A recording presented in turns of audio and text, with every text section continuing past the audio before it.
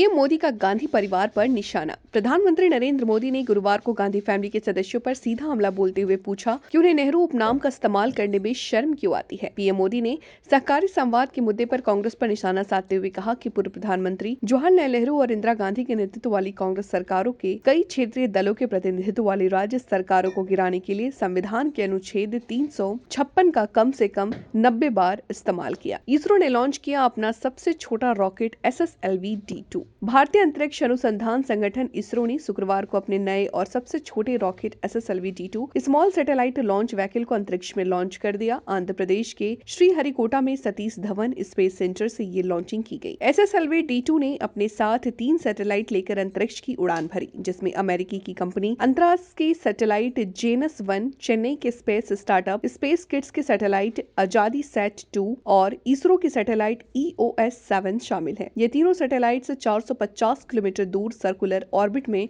स्थापित की जाएगी। पीएम मोदी आज करेंगे यूपी ग्लोबल इन्वेस्टर समिट का उद्घाटन। प्रधानमंत्री नरेंद्र मोदी आज लखनऊ में यूपी ग्लोबल इन्वेस्टर समिट और ग्लोबल ट्रेड शो का उद्घाटन करेंगे। निवेशकों के इस महाकुंभ में देश विदेश के 10,000 से ज्यादा निवेशक भी हिस्सा लेंगे। ग्लोबल इन्वेस्टर समिट के यूपी में 22 लाख करोड़ का निवेश आने और लाखों रोजगार मिलने की संभावना है। ये आयोजन आज से शुरू होकर 12 फरवरी तक चलेगा। भारत पाकिस्तान सीमा पर BSF को बड़ी सफलता। BSF के जवानों ने 9 और 10 फरवरी की रात को पाकिस्तान की ओर से भारत में घुसपैठ का प्रयास करने के बाद फिरोजपुर सेक्टर में 3 किलो हेरोइन, एक चीन निर्मित पिस्टल, कारतूस और एक मैगजीन बरामद की है। वेस्टर्न डिस्टर्बेंस की वजह से बढ़ रहा है तापमान। राजधानी दिल्ली में इन दिनों तापमान में हर दिन 101 से 2 डिग्री का इजाफा होता देखा जा रहा। बीते दिनों जहां तापमान 23 से 24 डिग्री के आसपास बना रहा, तो वहीं गुरुवार को सारे रिकॉर्ड टूट गए। गुरुवार को दिल्ली का अधिकतम तापमान 30 डिग्री रिकॉर्ड किया गया। विश्वनाथ मंदिर के गंगा द्वार पर लगेगी जेटी। विश्वनाथ मंदिर के गंगा द्वार पर जल्द ही 3 जेटी लगाई जाएगी। इससे बाहर से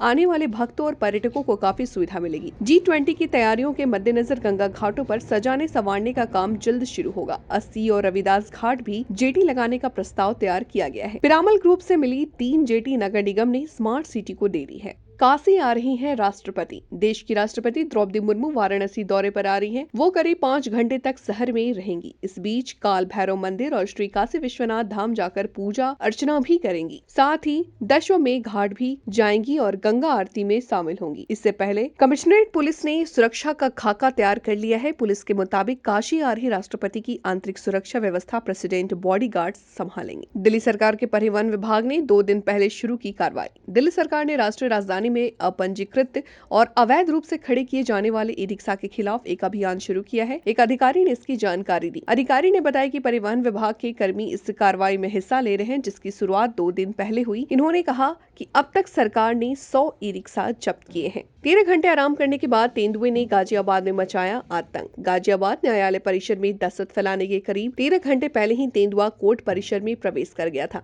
इस पूरी अवधि में वह कोर्ट परिसर के छत के गेट के पास आराम फरमाता रहा। तेंदुए ने लोगों पर हमला करना तब शुरू किया जब उसके सामने कोर्ट स्टाफ और एक पुलिसकर्मी पहुंचे।